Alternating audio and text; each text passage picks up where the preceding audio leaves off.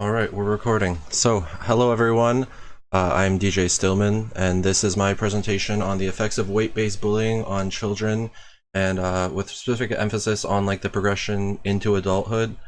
So essentially, this study is like really relevant to me. We'll get to that later. But my main thesis for my research paper was the purpose of the study is to examine how bullying based on physical appearance, specifically in terms of body weight, can have a negative impact on one's life, both short and long term. Before we get into all that, though, I'm just going to tell you a little bit about my story.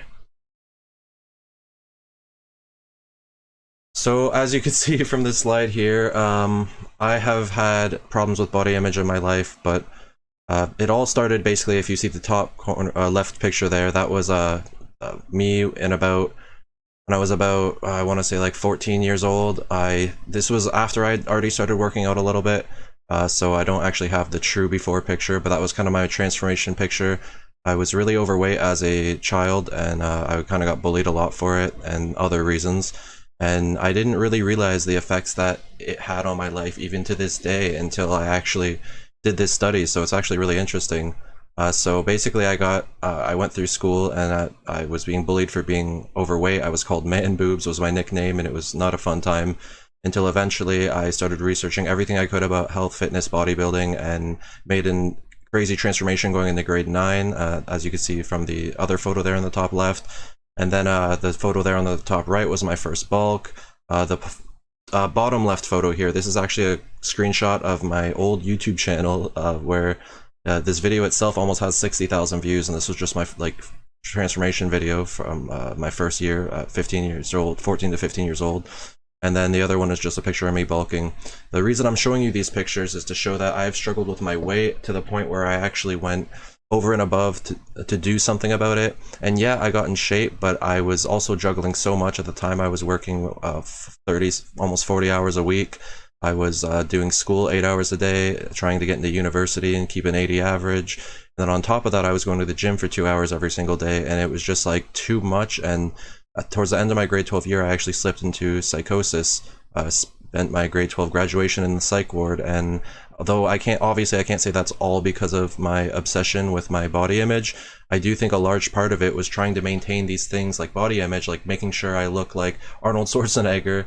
It's not actually helping me in the long run because all that stress contributed to my psychological break, my first psychosis. And it's possible that if I would have just stepped back from bodybuilding and focused on what mattered, like work and school, I might have been able to avoid an episode as early as I had one. But now that my story is done, let's move on to our research. So basically, I'm going to have each slide with the summaries of each study. Just I'm not going into too much detail, and I'm going to try to go through these quick because there's a lot of them. But right here is our first study. All right, so our first study is Siebert et al. 2015, and I'm not going to go into detail in the whole study because we just don't have time for that. But essentially, this study is like relevant, basically because their findings basically suggest that anti-fat bias is influenced by the evaluator's identification with either the overweight or non-overweight group. So let's get into it. Basically, they start by defining anti-fat bias as marked by a devaluation of overweight people when compared with non-overweight persons. For their study, they had 101 female university students conducted in 20-minute intervals. And basically the way it was conducted, one group was asked about death or their feelings of death, while another group was asked about their feelings on dental pain. Then both groups were presented with body weight images. And I actually find this study really interesting because I've never seen anything of its kind. And the results suggest that, well, basically they found that participants viewed themselves as not being overweight showed more anti-fat bias compared to those in the non-death threat condition. Those who viewed themselves as overweight expressed less anti-fat bias, and results supported their initial hypothesis, showing that the level of anti-fat bias changes when dealing with an existential threat. So this was really interesting because it shows that anti-fat bias can be situational, and the rest of the paper is kind of sorted around anti-fat bias. You'll see in my hypothesis later, but basically my theory is that anti-fat bias is prominent in school systems and is often mediated by the bullying.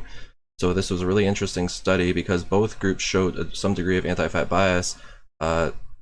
the fact that the non-overweight people showed more anti-fat bias actually suggests that anti-fat bias is influenced by the evaluator's identification with either the overweight group or the non-overweight group. So basically, sorry, I had a little technical difficulty there. I had to restart my recording for a second. But basically, the results supported their initial hypothesis that the level of anti-fat bias actually changes when dealing with an existential threat. In this case, death or, tooth pain. I just thought this one was really interesting, and it kind of sets us up for the rest of our paper. So we'll go on to our next slide. All right, so Peretta et al. 2020. I'm also probably going to butcher these names. I apologize in advance. But the goal of this study was to examine the stereotypes and prejudice amongst children and school teachers towards overweight or obese persons. The study consisted of 2,055 students from Spain between the ages of 8 and 12 years old. Body mass measures were taken by, in this case, actually, like trained nurses to ensure accuracy, which was interesting. And the children were evaluated based on tasks that measured their attitudes towards thin and fat body types through looking at pictures of overweight people in different settings, like two overweight people together, an overweight person alone, one overweight person with one thin person.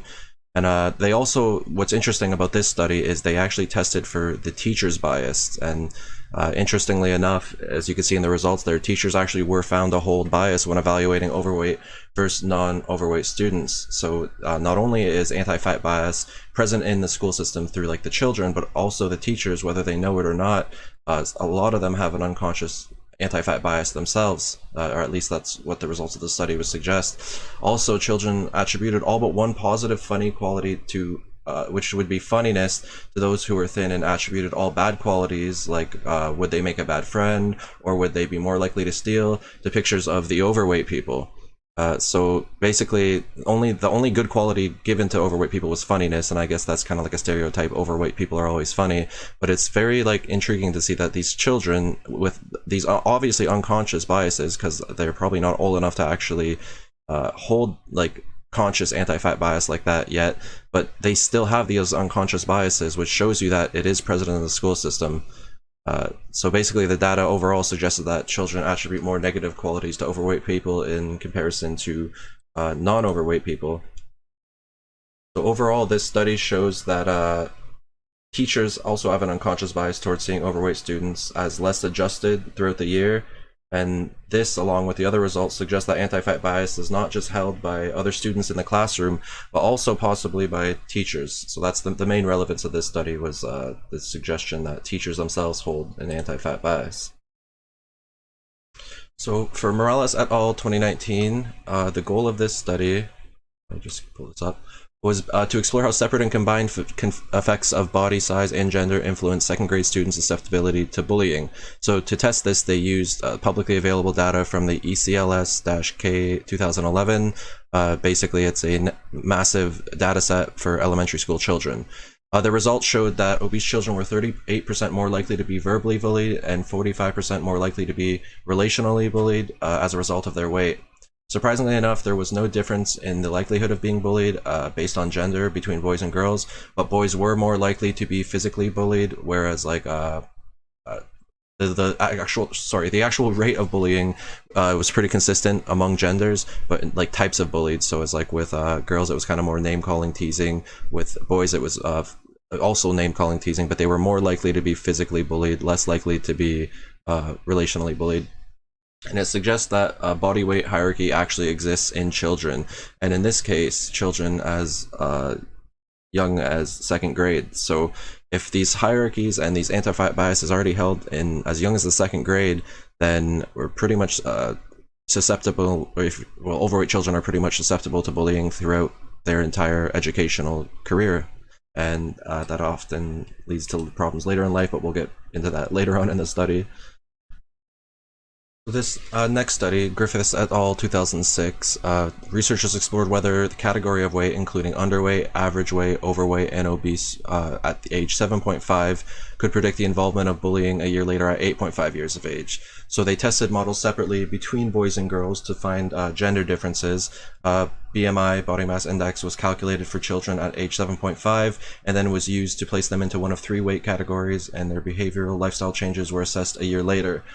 So for results, obese boys were 1.6 times more likely to be bullies and 1.5 times more likely to be victims of bullying. So it's actually interesting how the focus so far has been on obese children getting bullied, but in this case, it shows that it shows that obese boys are actually more susceptible to being bullies themselves because their size actually imposes dominance, and that gets to the kind of the gender differences here, where there weren't really too many gender differences that were notable. One thing they did notice was that thinner girls were more likely to be bullies due to their thinness fitting with the ideal group status, like the in group. So for girls at that age, it's the ideal is to be thin, whereas obese boys were more likely to be bullies as their size imposed dominance. So obviously they're heavier, they can push people around more, and it's kind of like a dominance thing, often as a result of them fighting back on their own bullying.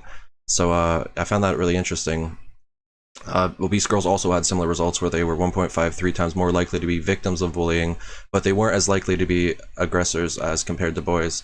But basically, the gender differences were very small for this study, and one thing for sure that the study shows is that for both boys and girls in school systems, anti-fat bias is held, and it just clearly shows that weight-based bullying is negatively affecting both boys and girls in elementary schools system.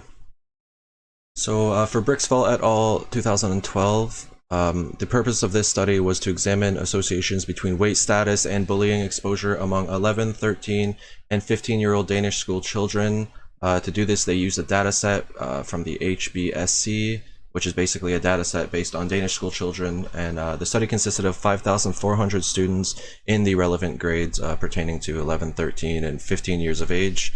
The results were interesting, kind of a bit of the same, a bit different. So essentially, they found that among students experiencing bullying, there was a significant accumulation of overweight students being bullied when compared to non-overweight students, and this overall suggests that students are being bullied more often if they are overweight. They also found that students who were not satisfied with their body type or their body image, whether overweight or not, experienced more bullying. And this is the really interesting part for me, because it actually suggests that bullying is influenced by the victim's actual sense of body image and not just the aggressors, suggesting, as Brixfall quotes on page 129, it might be that negative body image is rather a consequence of being bullied rather than a precursor. But essentially, the relevancy of this study to my paper is just to show that it's not just the anti-fat bias being held by the bully, but it's also the anti-fat bias within the victim that's influencing such bullying.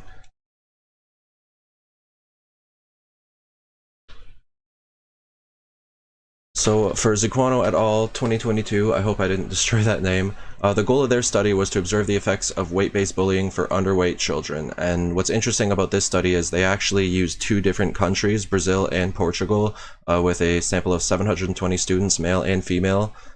So it's interesting because they're actually contrasting the results between different countries, which is going to hopefully show for consistency in results. But what's interesting about this is the focus on underweight, because most of the literature that I had observed up until this point was focused on bullying and overweight. And so they all answered the socio-demographic questionnaire, the body silhouette scale, and a bullying questionnaire, and measures of body mass were taken, as well as height. So for results, dissatisfaction with thin body type was actually greater for children in public schools versus private schools. One reason for this, another study you'll see later on when we get into it, but social support is actually a huge helpful factor in mediating how bad the effect of said bullying would be. So in this case, maybe private schools had more support because of smaller classrooms and more one-on-one time, possibly. Boys were 1.64 times more likely to be present dissatisfaction with thinness than girls. This goes back to one of the previous studies that we looked at, where boys who were overweight often had an imposing of dominance, but that overweight nature wasn't the ideal body type for their in-group, whereas for girls, being thin was, so that makes sense. And then those who participated in bullying were actually 3.6 times more likely to be unsatisfied with their bodies due to thinness. And this participation in bullying is not just for those who were victims of bullying, but also the bullies themselves. So what I'm also realizing is that it's both sides. It's both the victims and the bullies who are being affected by these mediating factors. So for Yen and al, this study is kind of more the same. A lot of these studies are going to be repeating the same results. That's why I'm same results. Sorry, that's why I'm not kind of dwelling on them too long. But basically, they set out to explore the relationship between BMI, bullying, and mental health problems. So the interesting thing about this study is the actual observance of mental health problems as a result of bullying. So 5,252 adolescent students aged 12 to 18 were given questionnaires that assessed involvement in bullying, their perception of body image, and depressive symptoms, including measures of social phobia, depression, and suicidality. So for the results, overweight children were found to be more likely to be bullied, as common with all of our previous studies. But all four mental health concerns, which include social phobia, depression, suicidality, and low self-esteem, that's what they were testing for, they all saw an increase when paired with bullying, essentially. So this is the first study in this paper or presentation so far that suggests that these bullying instances actually lead to worse mental health. Researchers found that BMI, as well as the various mental health concerns, were all mediated in some way through bullying. Also relevant with this study and the study previous that I forgot to mention, the first few studies are based on Caucasian children. The last study was Latin American children, and this study is based on Asian American children, or sorry, not Asian American, but Asian children, and they're all having these same instances of bullying based on body weight results in worse mental health, and it's usually always mediated by anti-fat bias. So if anything, this is just more proof that these problems exist all over. It's not just, regional. Gonna start trying to move a little faster here. I'm gonna mess up this name. Quiglio et al. 2018.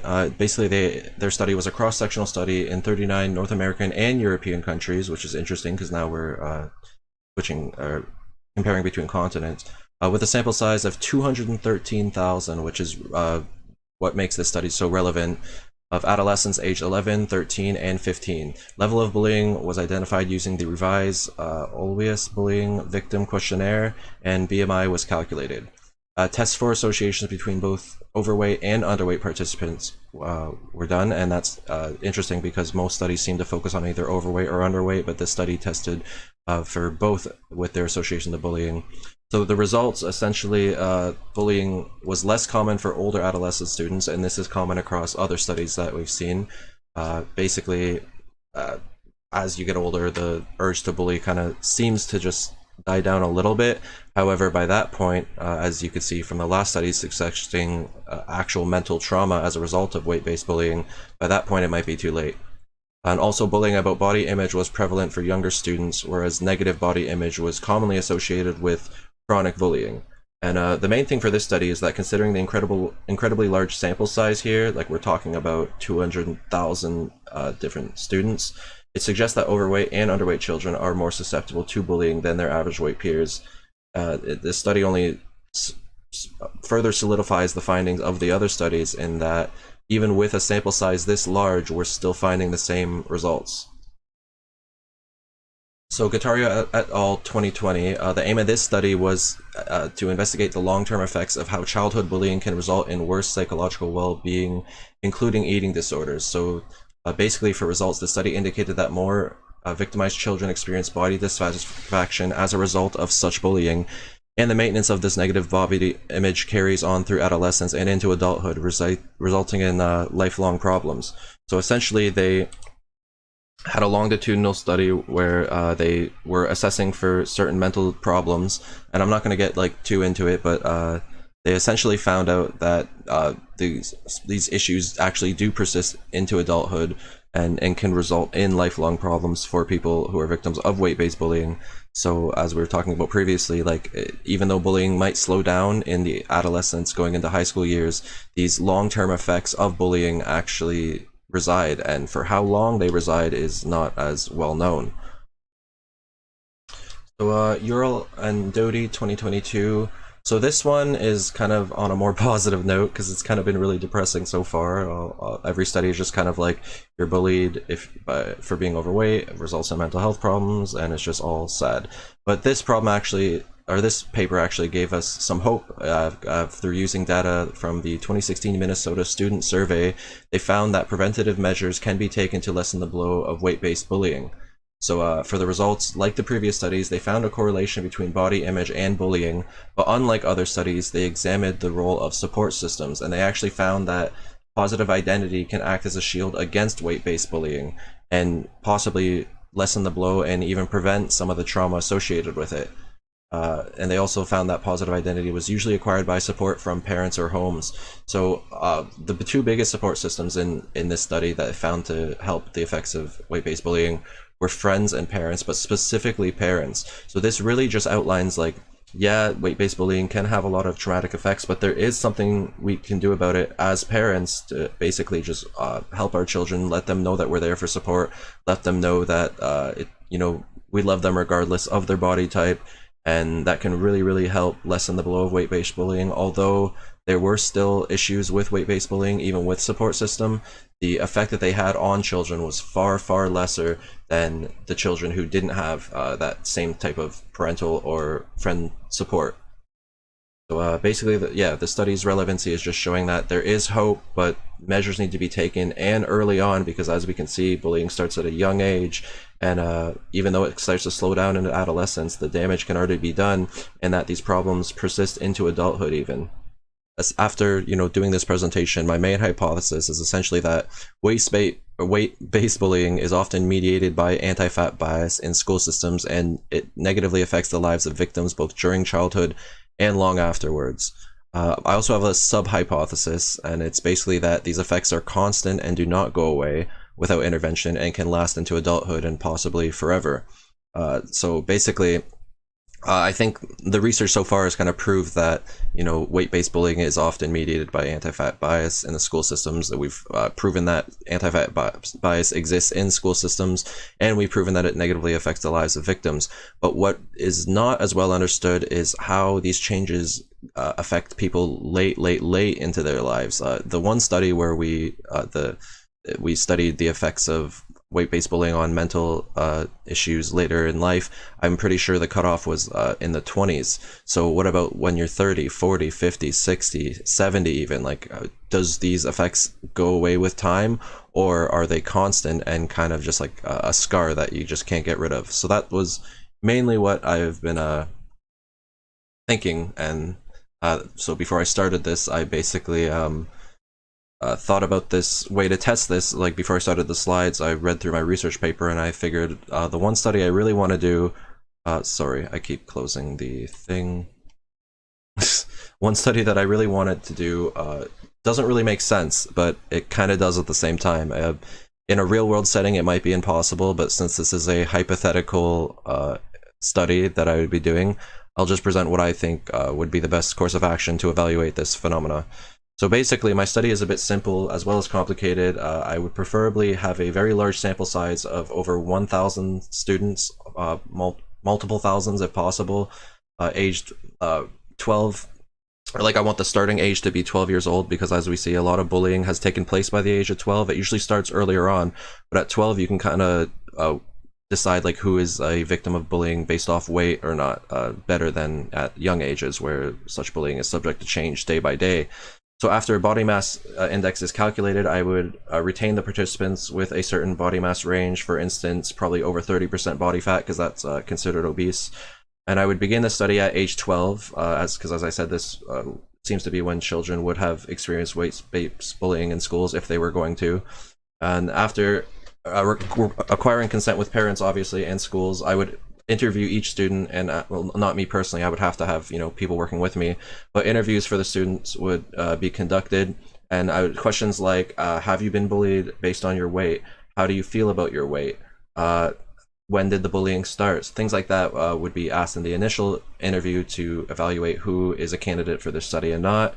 And then once we determine how much of the sample meets the criteria for BMI and weight-based bullying, I would set up a massive longitudinal study spanning 50 years. I know, crazy, 50 years, and it would truly measure the effects of weight-based bullying in later life. So if we're starting at 12, 50 years, we're going into 60. So that's if you're still experiencing at 62 these problems, it's pretty evident that weight-based bullying causes trauma that can last throughout one's whole life. So yeah, massive longitudinal study spanning 50 years, if possible, because obviously this is might not be feasible, to truly measure the effects of weight-based bullying later in life. And to do this, I would present questionnaires every few years, so maybe like every 2 to 5 years, with questions evaluating mental health and testing for certain things like depression, anxiety, low self-esteem, eating disorders, just any kind of like mental trauma. And participants would obviously be paid, because you're not going to have someone join a study with you for 50 years and go through all this trouble without being paid. So obviously they would have to be paid. And the work is really not that much. They just have to answer a quick survey every few years.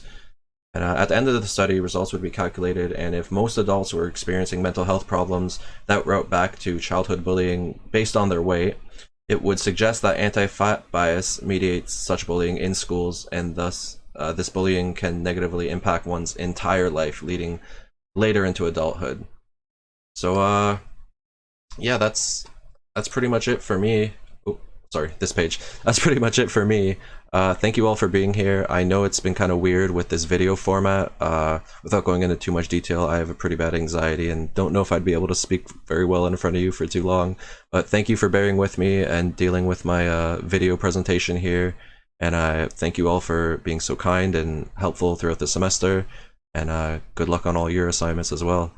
This topic was really, really relevant to me. As I explained earlier, I struggled with my weight a lot throughout childhood, and I got in and out of shape a few 100,000 times, it feels, only to end up no happier, and to realize that the effects of being bullied and being pushed around and based on my weight, they never really went away until I went through psychosis. Then I lost my ego completely, and at that point it was kind of like I needed more self-care. But it's kind of like there is a possibility that all that contributed to my quote-unquote downfall. So in my instance, it is clear that at the age of 25, and weight-based bullying started for me at around grade 5, I want to say, it's clear that the effects are still with me today, whether I realize it or not. And if it's true for me, I assume that it could be true for others too. So that's essentially where my study would take me. But once again, thank you all, and I hope you all have a wonderful holiday season.